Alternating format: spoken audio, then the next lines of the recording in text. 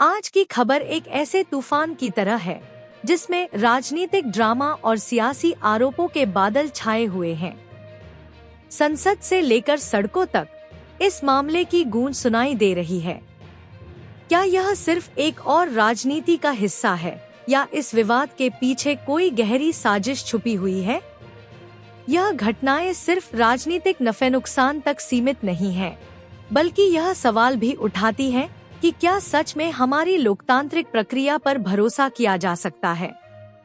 एक ऐसी घटना जो सत्ता और विपक्ष के बीच तलवार की तरह लहराती बहस से शुरू हुई, अब संसद के बाहर भी कुछ और ही रूप ले चुकी है। जिस तरह से नेता आपस में आरोप प्रत्यारोप कर रहे हैं, क्या यह सच्चाई को उजागर कर रहा है या फिर जनता के लिए सिर्फ एक नाटक है? संसद के अंदर और बाहर के घटनाक्रमों से यह साफ नजर आ रहा है कि राजनीतिक दलों के बीच आरोपों की झड़ी लगा दी गई है, लेकिन क्या यह सब असल में जनता के हित में है? जितनी जल्दी यह मामला बढ़ा है, उतनी ही जल्दी इसके जड़ तक पहुंचने का प्रयास किया जा रहा है। क्या इन घटनाओं का सिर्फ एक ही उद्देश्य है, सत्ता की राजनीति में एक दूसरे को मात देना, या फिर असल में यह समस्याओं के समाधान के लिए उठाए गए कदम हैं? इन सवालों के बीच हम इस मामले की पूरी गहराई में जाकर इसकी परतों को खोलने की कोशिश करेंगे। यह ऐसा मामला है जिसे अब केवल संसद में नहीं, बल्कि सोशल मीडिया, समाचार चैनलों और जनता के बीच हर जगह पर चर्चा का विषय बना दिया गया है। हर कोई यह जानने के लिए बेताब है कि क्या यह राजनीतिक हंगामा केवल व्यक्तिगत लाभ के लिए है या फिर इसमें कोई और उद्देश्य छुपा हुआ है। आज हम आपको यही सवालों के जवाब देने की कोशिश करेंगे।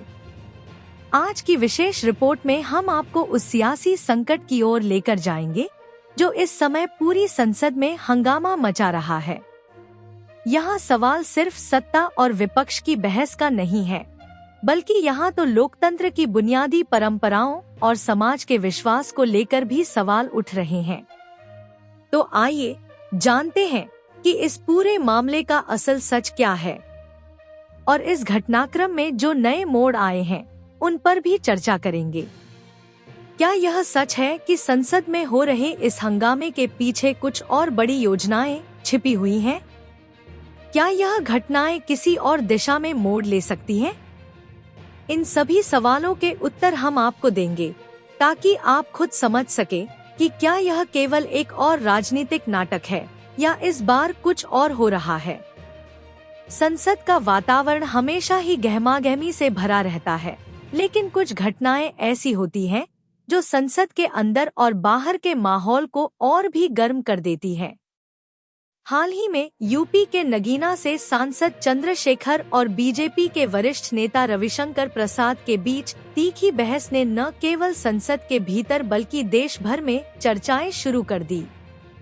दोनों नेताओं के बीच का यह विवाद एक ऐसा मोड़ ले चुका है जो अब केवल राजनीति तक सीमित नहीं रह गया है, बल्कि यह जनता की नजरों में एक बड़ा सवाल बन चुका है। विवाद की शुरुआत तब हुई जब चंद्रशेखर ने सरकार से कई महत्वपूर्ण मुद्दों पर सवाल उठाए। इनमें सबसे बड़ा सवाल आंगनवाड़ी कामकाजी महिलाओं के वेतन को लेकर था। उन्होंने पूछा कि सरकार इनके लिए क्या कदम उठा रही है। इसी सवाल के दौरान उन्होंने सरकार की नीति पर भी कड़ी आलोचना की, और जब इसका जवाब मंत्री अनुप्रिया पटेल से आया तो यह मुद्दा और भी पेचीदा हो गया। बीजेपी और समाजवादी पार्टी के बीच बहस ने संसद के अंदर माहौल को गर्म कर दिया था। जहां एक ओर समाजवादी पार्टी ने सरकार को घेरते हुए गंभीर आरोप लगाए, वहीं बीजेपी ने इन आरोपों का जवाब देने में कोई कसर नहीं छोड़ी। हालांकि इसका सबसे दिलचस्प पहलू यह था कि इन आरोप प्रत्यारोप के बावजूद दोनों पक्षों के नेता संसद के बाहर एक दूसरे से मिलकर हंसी मजाक करते नजर आए। यह तस्वीर उस समय का एक बड़ा सवाल बन गई कि क्या यह सब केवल एक राजनीतिक नाटक था। यह घटनाक्रम सिर्फ सदन में नहीं, बल्कि संसद से बाहर भी तूल पकड़ने लगा। दरअसल यह किसी एक मुद्दे का परिणाम नहीं था, बल्कि कई मुद्दों का मिलाजुला परिणाम था, जिसमें सभी की अपनी अपनी नीतियां और सोच शामिल थी। यही कारण है कि इसे एक ऐसी घटना के रूप में देखा जा रहा है जो भारतीय राजनीति के असल चेहरे को सामने लाती है। संसद में एक और घटना ने भी इस मामले को और अधिक विवादास्पद बना दिया। जब वित्त मंत्री निर्मला सीतारमण ने बजट पर अपनी बात रखी, तो विपक्षी सांसद अभिषेक बैनर्जी ने इसे रामायण के प्रसंग से जोड़ते हुए सरकार पर तीखा हमला किया। उनका कहना था कि यह बजट पूरी तरह से देश की वास्तविक समस्याओं से नजरअंदाज है और सिर्फ एक दिखावा है, जैसे रामायण में सोने के हिरण का मोह होता है। अभिषेक बैनर्जी ने कहा कि सरकार का यह बजट केवल प्रचार और जुमला है, जो सिर्फ चुनावी लाभ के लिए तैयार किया गया है।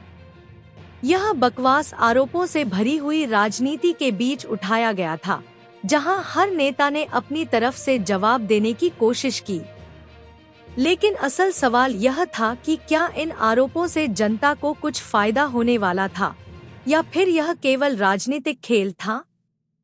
जब बजट पर चर्चा हुई, तो अभिषेक बैनर्जी ने अपने भाषण में इसे एक पॉपुलर फिल्म 3 इडियट्स से जोड़ते हुए कहा कि यह बजट देश की शिक्षा व्यवस्था की तरह है, जो केवल दिखावा है और असल मुद्दों से ध्यान हटाने का प्रयास है।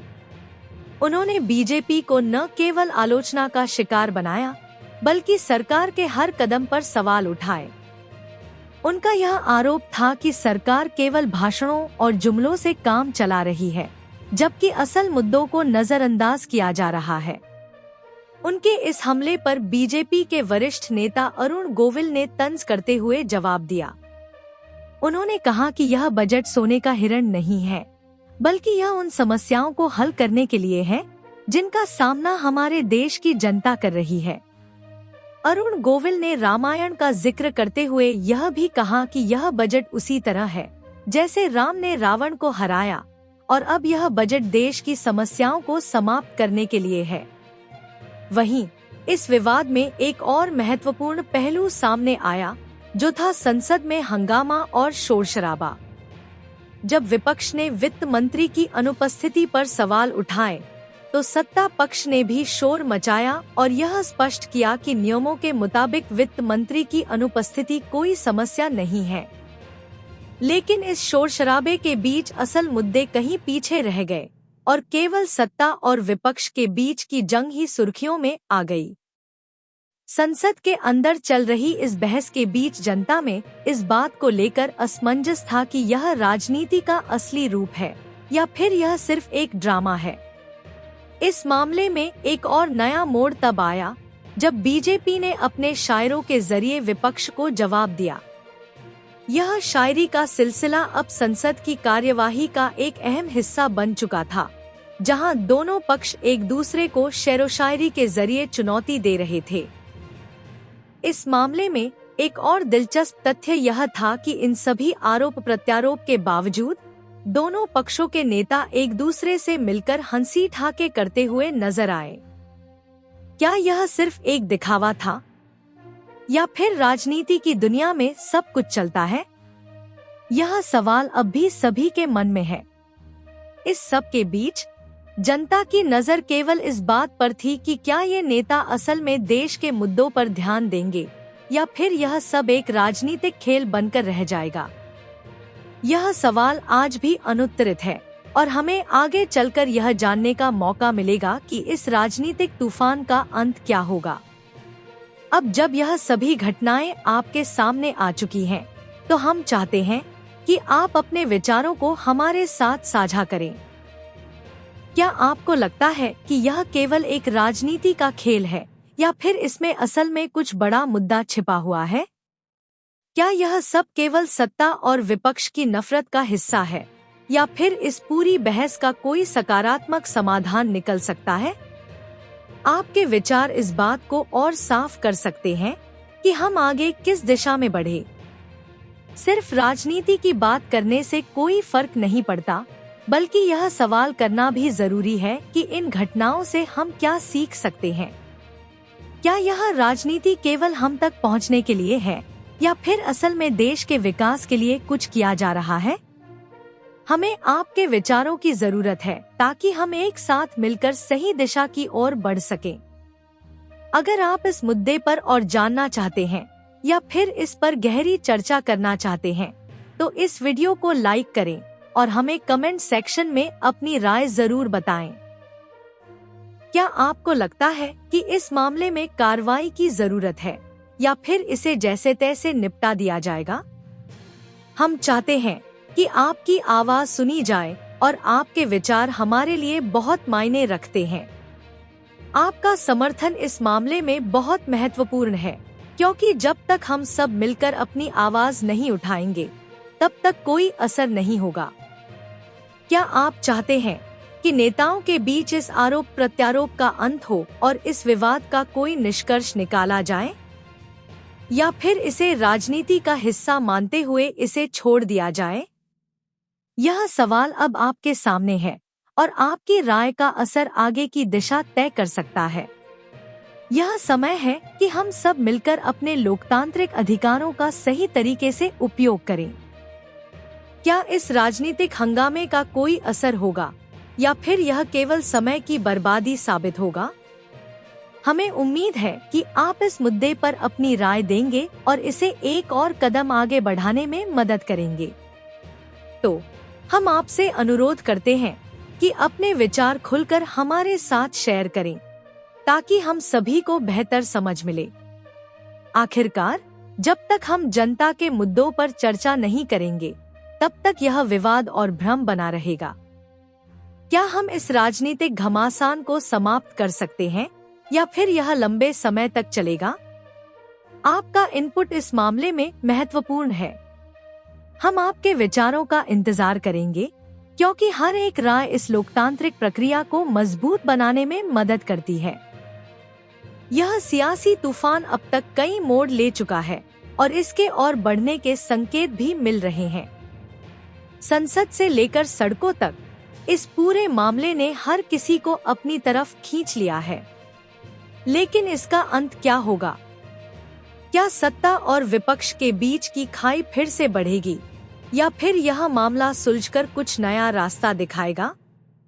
हालांकि घटनाएं तेजी से बदल रही हैं, लेकिन यह सवाल अब भी अनुत्तरित है कि क्या इस राजनीतिक झगड़े से देश को कोई फायदा होगा? क्या असल मुद्दों पर ध्यान दिया जाएगा या फिर यह केवल एक सियासी खेल बनकर रह जाएगा? इन सवालों के उत्तर समय ही देगा, लेकिन हमें उम्मीद है कि अंततः सच्चाई सामने आएगी और लोकतंत्र की मजबूती को कोई नुकसान नहीं होगा। इस पूरे घटनाक्रम में हमें एक चीज जरूर समझनी चाहिए कि हम सभी को इस प्रक्रिया का हिस्सा बनकर अपनी आवाज उठानी चाहिए। तभी हम यह सुनिश्चित कर सकते हैं कि राजनीतिक पार्टियां सिर्फ अपनी राजनीति को नहीं, बल्कि देश और जनता के हितों को भी प्राथमिकता दें। हमें उम्मीद है कि आप इस दिशा में अपने विचार साझा करेंगे ताकि यह मुद्दा और भी स्पष्ट हो सके। हमारा काम बस इतना है कि हम आपके सामने इस मामले को सही तरीके से प्रस्तुत करें और आप पर छोड़ दें कि आप इसका क्या निष्कर्ष निकालते हैं। लेकिन लोकतंत्र में सबकी आवाज सुनना जरूरी है और इसलिए हम चाहते हैं कि आप इस पूरे मामले पर अपनी राय जरूर दें। क्या आपको लगता है कि यह हंगामा सिर्फ एक राजनीतिक नाटक है या फिर इसका कुछ और ही उद्देश्य है? समय के साथ हम देखेंगे कि यह सब कैसे समाप्त होता है, लेकिन यही कहना गलत नहीं होगा कि अब यह हमारी जिम्मेदारी बनती है कि हम इस पर विचार करें और एक स्वस्थ लोकतंत्र की दिशा में कदम बढ़ाएं। क्या यह राजनीतिक तूफान कुछ बदलाव लेकर आएगा या फिर यह सब यूं ही खत्म हो जाएगा? हमारी उम्मीद यही है कि आप इस मामले पर और भी विचार करेंगे ताकि हम सब मिलकर एक सकारात्मक बदलाव की दिशा में काम कर सकें। लोकतंत्र में हर एक की आवाज महत्वपूर्ण होती है और हम आशा करते हैं कि आप अपनी आवाज उठाएंगे।